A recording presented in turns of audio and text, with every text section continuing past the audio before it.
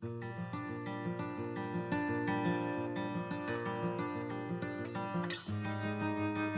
is March the 1st. Today we hear the complaints.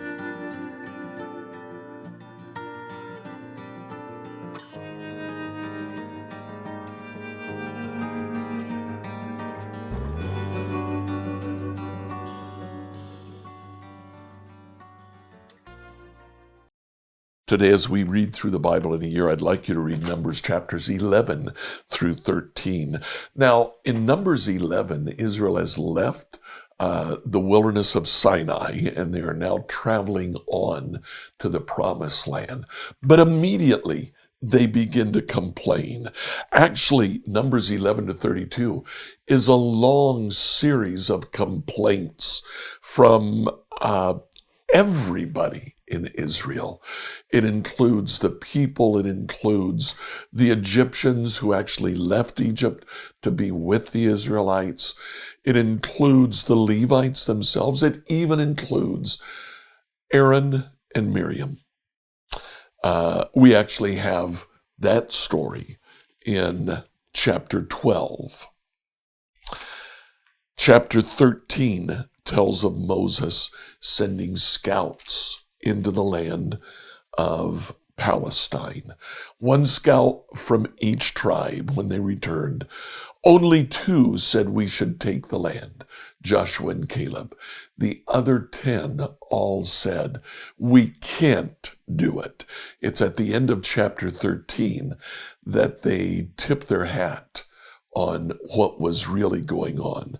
The last verse in chapter 13, the scouts say, we even saw giants there in the land, descendants of Anak. Next to them, we felt like grasshoppers. And that's what they thought too.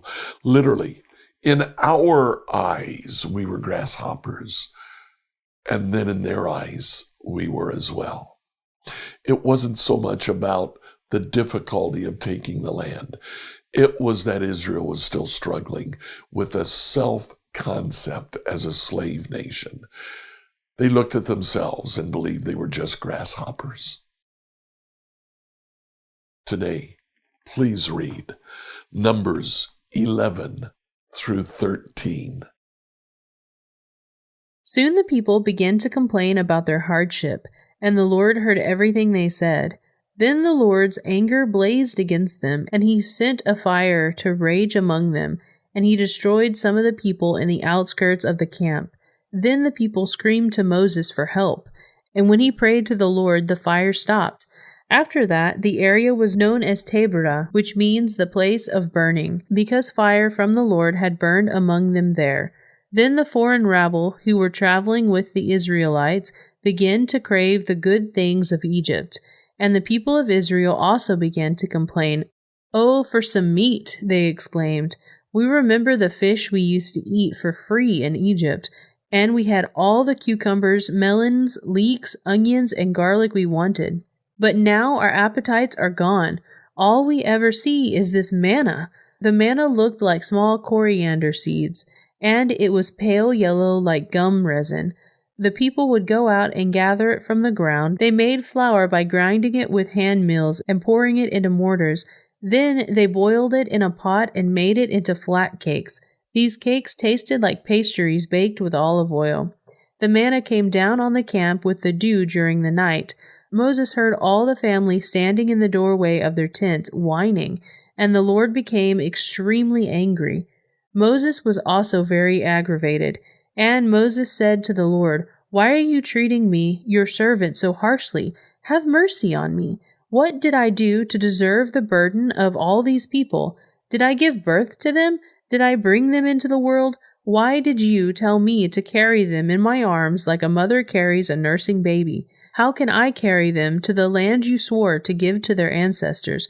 Where am I supposed to get meat for all these people? They keep whining to me, saying, 'Give us meat to eat.' I can't carry all these people by myself. The load is far too heavy. If this is how you intend to treat me, just go ahead and kill me. Do me a favor and spare me this misery." Then the Lord said to Moses, "Gather before me 70 men who are recognized as elders and leaders of Israel. Bring them to the tabernacle to stand there with you. I will come down and talk to you there. I will take some of the Spirit that is upon you, and I will put the Spirit upon them also. They will bear the burden of the people along with you, so you will not have to carry it alone. And say to the people, Purify yourselves, for tomorrow you will have meat to eat. You are whining, and the Lord heard you when you cried, 'Oh, for some meat! We were better off in Egypt.' Now the Lord will give you meat, and you will have to eat it. It won't be for just a day or two, or 5 or 10 or even 20. You will eat it for a whole month until you gag and are sick of it. For you have rejected the Lord, who is here among you, and you have whined to him, saying, 'Why did we ever leave Egypt?' But Moses responded to the Lord, 'There are 600,000 foot soldiers here with me, and yet you say, I will give them meat for a whole month? Even if we butchered all our flocks and herds, would that satisfy them? Even if we caught all the fish in the sea, would that be enough?' Then the Lord said to Moses, 'Has my arm lost its power? Now you will see whether or not my words come true.' So Moses went out and reported the Lord's words to the people. He gathered the 70 elders and stationed them around the tabernacle. And the Lord came down in the cloud and spoke to Moses. Then he gave the 70 elders the same spirit that was upon Moses. And when the Spirit rested upon them, they prophesied, but this never happened again. 2 men, Eliad and Medad, had stayed behind in the camp. They were listed among the elders, but they had not gone out to the tabernacle. Yet the Spirit rested upon them as well. So they prophesied there in the camp. A young man ran and reported to Moses, "Eldad and Medad are prophesying in the camp."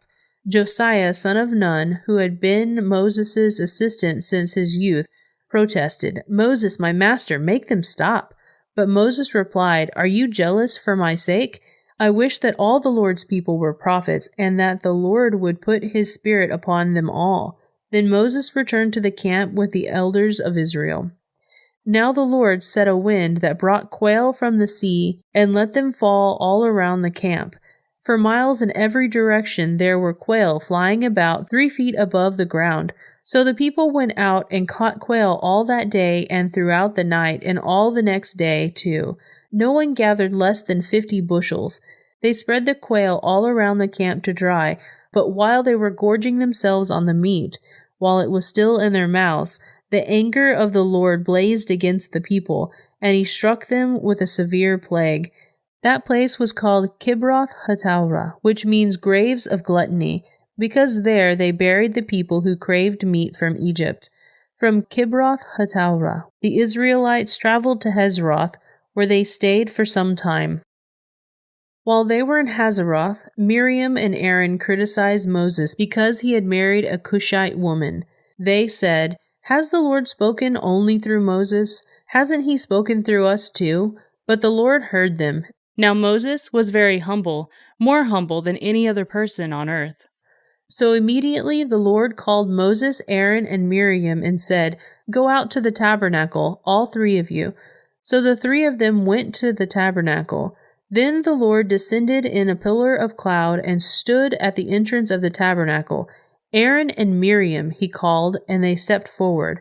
And the Lord said to them, "Now listen to what I say. If there were prophets among you, I, the Lord, would reveal myself in visions. I would speak to them in dreams, but not with my servant Moses. Of all my house, he is the one I trust. I speak to him face to face, clearly, and not in riddles. He sees the Lord as he is. So why were you not afraid to criticize my servant Moses?" The Lord was very angry with them, and he departed. As the cloud moved from above the tabernacle, there stood Miriam, her skin as white as snow from leprosy. When Aaron saw what had happened to her, he cried out to Moses, "Oh, my master, please don't punish us for this sin we have so foolishly committed. Don't let her be like a stillborn baby already decayed at birth." So Moses cried out to the Lord, "Oh God, I beg you, please heal her." But the Lord said to Moses, "If her father had done nothing more than spit in her face, wouldn't she be defiled for 7 days? So keep her outside the camp for 7 days, and after that she may be accepted back. So Miriam was kept outside the camp for 7 days, and the people waited until she was brought back before they traveled again. Then they left Hazeroth and camped in the wilderness of Paran. The Lord now said to Moses, "Send out men to explore the land of Canaan, the land I am giving to the Israelites. Send one leader from each of the 12 ancestral tribes."